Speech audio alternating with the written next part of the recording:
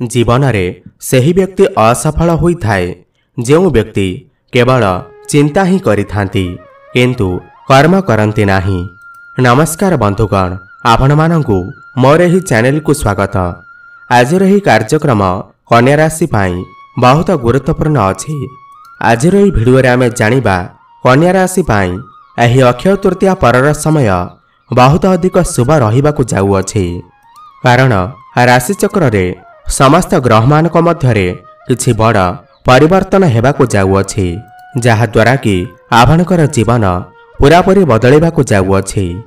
बंधुगण, कन्या राशि पाई एही अक्षय तृतीया परर समय खुशीर समय आसीबाकु लागिगला।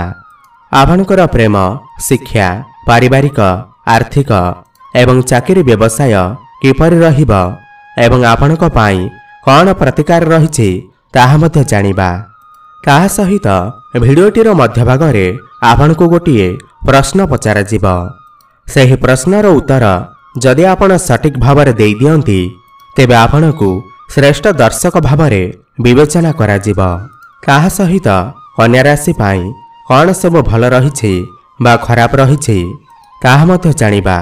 किंतु आपणको पाई भल त रहिछि एवं खराब कौन रहिछि एवं खराब पाई कौन प्रतिकार करिवे ताहा मते जानिबा।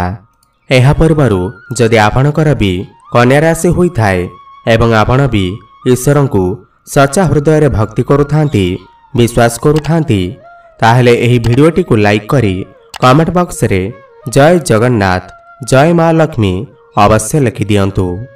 बंधुगण, राशि चक्र रे षष्ठ राशि हेउछि कन्या राशि एवं कन्या राशिर स्वामी ग्रह हेउछंती बुध ग्रह। जेहेतु कन्या राशिर स्वामी ग्रह बुध होइथिबारु एमाने बहुत अधिक बुद्धिमान एवं कोमल स्वभावर होइथांती। समस्त 12 गोटी राशि मध्यरु कन्या राशि को सबुठारु सुंदर राशि बोली विचार करा जाइथाए एवं चतुर एवं आकर्षक मध्य एही राशिर व्यक्तिविशेष माने होइथांती। बंधुगण, एही अक्षय तृतीया आपणक पाई सारा जीवन मने रखिला भली होइजिब। कारण एही अक्षय तृतीया ठारू आपणक पाई बहुत बड़ शुभ समय आसीबाकु जाउअछि। आपणकु बहुत ही बड़ बड़ खुशी खबर मिलिबाकु जाउअछि। आपणक पाई एही अक्षय तृतीया बहुत अधिक खुशी आनी करी आसुअछि। ग्रह आपणकु एते प्रकार सहयोग करुछंती कि एही समय आपणक पाई बहुत ही सौभाग्यशाली रहिबार अछि। आपण समस्त प्रकार सुख सुविधा प्राप्ति करिवे। सबु प्रकार अटकी रहि जाइतबा कार्य मध्य आपणकर हेबाकु लागिब।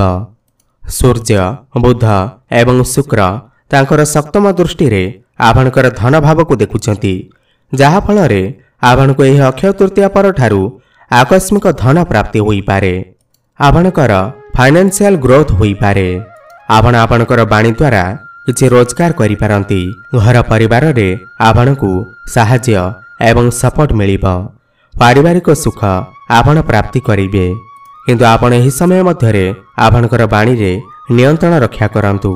काहाकू अपशब्द कुहंतु नाही। बुध एवं शुक्र एकाठी बसी लक्ष्मी नारायण जोग निर्माण करुछंती एवं आपणकर धन भाव को देखुछंती, कुटुंब भाव को देखुछंती, बाणीर भाव को देखुछंती। आपण आपणकर बाणी द्वारा किछि इनकम करि पारंती। आपणकर कम्युनिकेशन स्किल मध्य बढ़िब एवं 1 मईरु देवगुरु बृहस्पतिंकर चलन होई सारिछि। आपणकर भाग्य भावकु आपणकर भाग्यर उन्नति देखा देब। भाग्य आपणको साथ देब।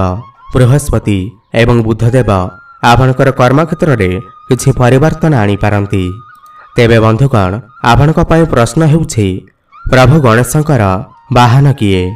आउथरे कहि देउछि श्री गणेशंकर वाहन किए?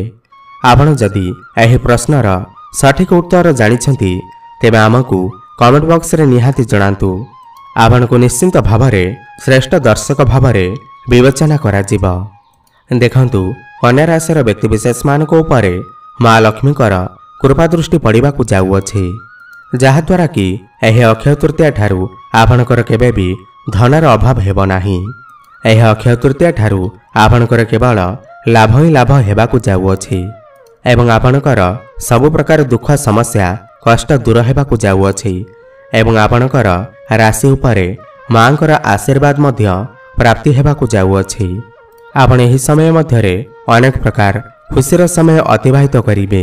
आपण जेउ अनेक दिन धरी रोगरे पड़िथिले, रोग जोगु कष्ट पाउथिले, मानसिक अशांति भोग करुथिले, निहाती भावरे एही अक्षय तृतीया ठारू आपणकु सेही समस्त समस्यारू मुक्ति मिलिजिब। देखंतु गुरु आपणकर भाग्यस्थान रे बसी आपणकर तृतीय, द्वादश एवं पंचम भाव को देखुचंती। गुरु भाग्यस्थान रे बसिथिबारु आपणकु भाग्यर सपोर्ट मिलिबा, भाग्यर वृद्धि आसीबा। आपण एही समय मध्यरे कोनोसी शुभ मांगलिक कार्य मध्य करि पारंती। आपणक पय समय बहुत शुभ रहिबा। आपण जदि कोनोसी बड़ जिनिसर क्रय विक्रय करबाकू चाहुचंती ताहेले एही अक्षय तृतीया परर समय आपणक पय बहुत शुभ रहिछि, काहेकिना भाग्य आपणकू साथ देबा। आपण एही समय मध्यरे कोनोसी बड़ इन्वेस्टमेंट करि पारंती। से शेयर मार्केट हेउ, स्टॉक मार्केट हेउ, आपण इन्वेस्ट करि पारंती एवं सेथिरे सफलता अवश्य प्राप्ति करिवे। आपण कोनोसी धार्मिक जगह को यात्रा करि पारंती। आपणकर मन धर्म कार्य करबाकू बळिबा। बृहस्पतिंकर दृष्टि आपणकर द्वादश भाव उपर पडुथिबारु आपणकू विदेश यात्रा करिवार सुजोग मध्य प्राप्ति हेबा। विदेश रे रही जो लोक माने कार्य करुचंती सेमानक पय अत्यंत शुभ अछि।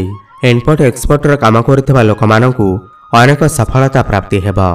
पूर्वर जदि आपणकर कोनोसी कोर्ट कचेरी रे मामला चालुथिला तो एही समय मध्यरे मामला आपणक सपक्ष रे जाई पारे। गुरु तृतीय भाव को देखुथिबारु एही अक्षय तृतीया परठारु आपण कोनोसी भी छोटा मोटा जगह को यात्रा करि पारंती। ऑनलाइन काम रे आपणकू सफलता मिली पारे। बैंकिंग क्षेत्र हेउ, मैनेजमेंट काम हेउ, सेथिरे आपणकू सफलता प्राप्ति हेबा। आपण एही समय मध्यरे आपणकर सान भाई भौणी मानकू किछि साहाय्य सहयोग करि पारंती एवं गुरुंकर नवम दृष्टि जहा आपणक पय बहुत अधिक शुभ रहिबार अछि। गुरुंकर नवम दृष्टि आपणकर पंचम भाव उपर पडुअछि, जहा द्वारा कि एही समय विद्यार्थी मानक पय बहुत अधिक शुभ रहिबार अछि। विद्यार्थी माने उच्च शिक्षा करिबा पय दूर को यात्रा करि पारंती। विद्या क्षेत्र रे बहुत अधिक उन्नति करबाकू जाउछंती एवं जो माने बहुत दीर्घ दिन धरी हेला संतान पय कामना करुथिले तो आपणकू एही समय मध्यरे अनेक शुभ खबर प्राप्ति होई पारे। घर को नूतन अतिथि आसी पारंती। आपणकर पिलामानकर विद्या क्षेत्र रे बहुत अधिक उन्नति हेबार अछि। पिलामानकर मन पाठ पढ़ारे लागिबा। लव रिलेशन रे थिबा लोकमानक पय एही समय बहुत अधिक शुभ अछि। आपणकर प्रेम जीवन रे मधुर संपर्क स्थापन हेबा। आपण दुई जनक मध्यरे भल पाइबा बढ़िबा। आपणकू कोनोसी नूतन प्रेमिका किंवा प्रेमिका मिली पारंती। आपणकर भल पाइबा विवाहर रूप नहीं पारे, किंतु आपणकर वैवाहिक जीवन रे वर्तमान अशुभ समय चली अछि। काहेकिना राहु आपणकर सप्तम भावरे अछंती, जहा फଳରେ कि छोट मोट कथारे मन मनांतर कଳି झगड़ा होई पारे। सेथिपाई आपण टिके आपणकर क्रोध उपरे नियंत्रण रक्षा करंतु। किंतु राहु आपणकर सप्तम भावरे थिबारु आपणकर डेली इनकम रे वृद्धि पाइब। आकस्मिक धन प्राप्ति हेब। चाकरी क्षेत्र रे थिबा लोक मानकू एही अक्षय तृतीया पर ठारू सेमानक पय समय बहुत शुभ रहिछि। सेमानकर प्रमोशन होई पारे। कार्य क्षेत्र रे सेमानकू पदोन्नति मिली पारे।